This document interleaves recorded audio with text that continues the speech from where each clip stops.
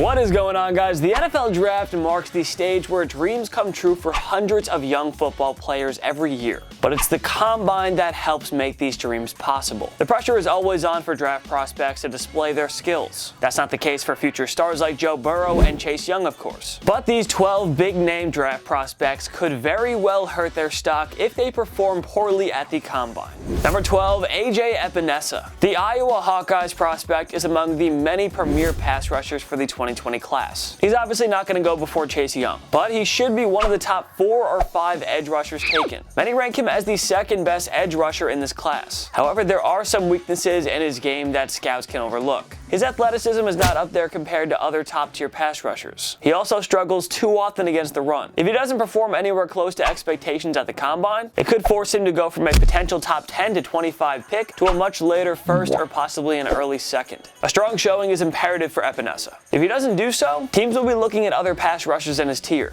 Number 11, Jordan Love. Joe Burrow, Tua, and Justin Herbert are virtual locks to be the first 3 quarterbacks selected. We'd be quite surprised if any of them were available after the first 10 picks. After those 3, take your pick between Jordan Love, Jalen Hurts, Jacob Eason, and Jake Fromm. We have no idea. The problem for these 3 is that they're not looking at starting anytime soon. The 2020 NFL trade and free agent markets will allow most quarterback-needy teams to find their new signal callers before the draft. The Bengals are taking Burrow. Miami will either take Tua or Herbert, and the Los Angeles Chargers or possibly the Carolina Panthers should take Herbert with their first-round pick. There's no questioning Love's skill set, but unlike the top 3 quarterback prospects, he's got a lot of question marks. Love is extremely turnover-prone in his final year at Utah State, after tossing 6 interceptions in each of his first 2 years. Love tossed 17 in 2019. His poor decision-making and inconsistency when it comes to reading coverage raise red flags. Love's skills should make him a second-round pick, but a bad showing at the combine could force him to fall to the 3rd or 4th round, depending especially on how many teams are targeting a quarterback in round 2. He knows he won't challenge Burrow, Tua, or Herbert, but he's got to separate himself from other signal callers in the 2nd and 3rd round. Number 10, Damon Arnett. The Ohio State Buckeyes product is part of the very deep 2020 defensive backs class. Teammate Jeffrey Okudah will unquestionably be the first corner taken. Arnett could fall anywhere from mid to late 1st round, or to the 2nd round. It depends on a lot of things. There's no denying the tremendous skill set that Arnett boasts. He's got good size and plenty of physical tools. He puts them to very good use, but the problem for Arnett is, quite simply, his attitude. Some cornerbacks can get away with arrogant and attitude issues if they can perform well, like Jalen Ramsey, and some scouts think he could fall to the 2nd or 3rd round because of his character. He's openly discussed that he hasn't got along with some of his coaches. Arnett also benefited greatly from playing alongside Okudah, one of the best cornerback prospects ever. Can Arnett be his own lockdown corner? Can the talent and work ethic trump the attitude? He's got to show that at the combine. A good showing could solidify him as a first-round pick. Anything unspectacular could cause his stock to fall big time. Number 9, Prince Tagovailoa. It's probably a stretch to say that he would fall in the 1st round. This draft has plenty of grade A quarterbacks and wide receiver prospects. There are a handful of can't-miss offensive lineman prospects, and many of them can carry higher value than Reagor.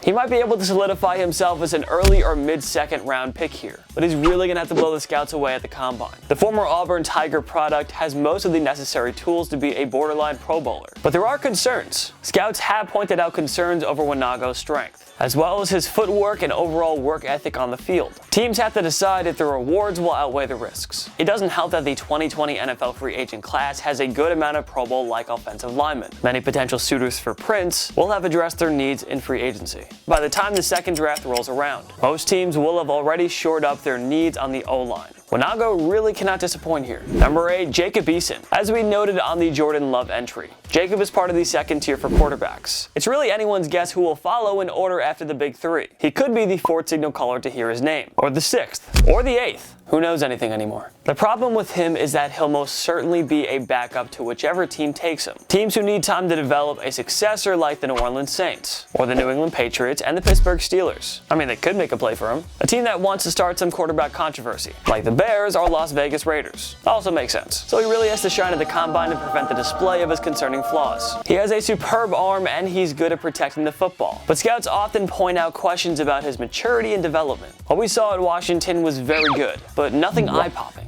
He is really competing hard here with the likes of Hurts, Love, and Fromm. If the Washington product performs the worst between those guys, we wouldn't be surprised if this second rounder fell all the way down to the third round. Number 7, Grant Delpit. We're looking at a likely first round pick here. The LSU safety is among the top defensive backs for the 2020 class. It also bodes well for Delpit in that the NFL free agent market isn't so deep for guilty safeties this year. The main worry about Delpit is his health. He required shoulder surgery in 2018 and was hampered by an ankle problem that severely affected his on-the-field performances in 2019. It's always a red flag when prospects with his talent level have that many injuries. His play near the end of the 2019 season rapidly declined. His stock should be deemed lower compared to a year ago. Anything less than a top quality showing at the combine could force his value to drop considerably. Number 6, Terrell Lewis. Lewis is one of the many Alabama prospects that should get selected within the first 2 rounds. However, he's not quite as polished as the other top pass rushing prospects for the year's draft. And of course, there are serious concerns about his long-term health. Lewis tore his ACL and missed the entire 2018 season. Any serious injury like that is going to scare other teams. That's just the nature of the draft combine. Now, Lewis performed nicely with 6 sacks in 10 games for Alabama in 2019, but his overall strength and pass rushing skills aren't exactly what we want them to be, at least looking at it from a GM's eye. Lewis could be anywhere from a late to first rounder to an early third rounder. He can keep himself safe in the second round if he performs well here at the combine. Otherwise,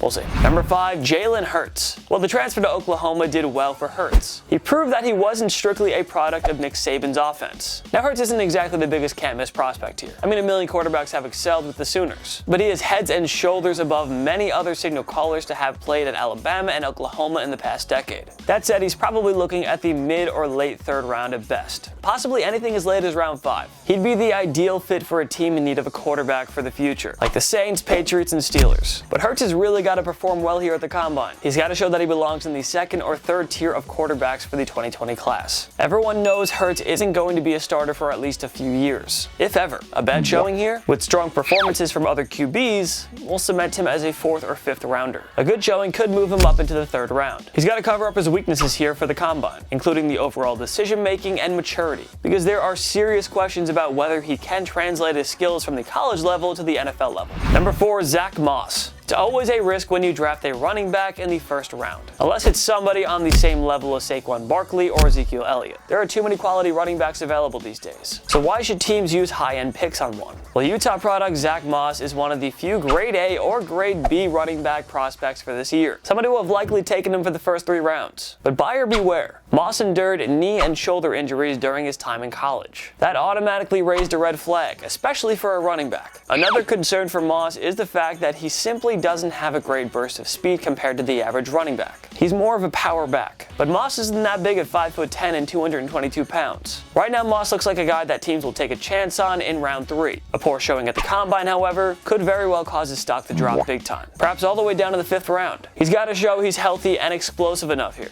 Number 3, Tua Tagovailoa. Unlike most Alabama Crimson Tide quarterbacks in the Nick Saban era, Tua is absolutely the real deal for the NFL. This guy is going to be a franchise changer and a perennial Pro Bowler for years to come. There's absolutely no questioning this. But the real question here is where Tua will fall in the 1st round. If it weren't for a season-ending hip surgery in 2019, he would have challenged Joe Burrow for the top pick, and he would have unquestionably fallen in the top 3. Barring a massive blockbuster trade, however, Tua will probably be the number 5 pick at earliest to the Miami Dolphins. He could even fall out of the top 10 if other QB-needy teams found their answers in free agency or the trade market. If Tua goes out and crushes at the combine, he should assert himself as a top 5 or 7 pick, maybe even the top 3. But if the injuries and rust hampered his performance, his stock could very well drop. There's a lot of pressure here on Tua to perform. The combine just might be the difference between him going number 3 overall and number 15 overall. Number 2, Jalen Reagor. This is an excellent draft for wide receivers. It wouldn't surprise us if there were 5 wideouts taken in the 1st round alone. TCU prospect Jalen Reagor will be among the first wideouts taken off the board. He should be selected by the mid-2nd round at latest. That said, the combine will play a serious role in determining when and where he goes. The main worry about Reagor is his lack of route running abilities. Speed alone isn't going to cut it for the NFL. He often struggles to find separation, and he's not the biggest one-on-one matchup nightmare. Reagor's going to be challenged here at the Combine. Scouts want to see everything a wideout has to offer. He will turn heads at the 40-yard dash. But will he have enhanced his route skills enough to justify being a late first or early round pick?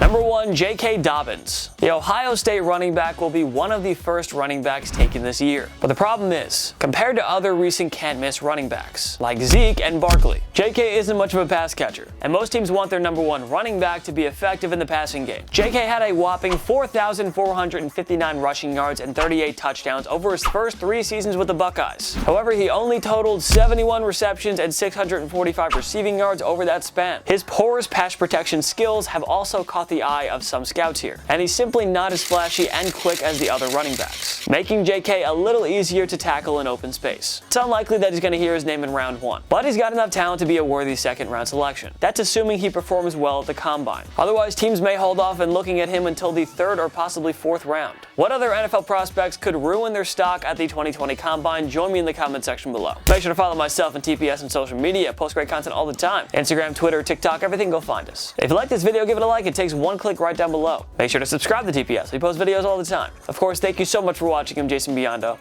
I'll see you next time. My knee.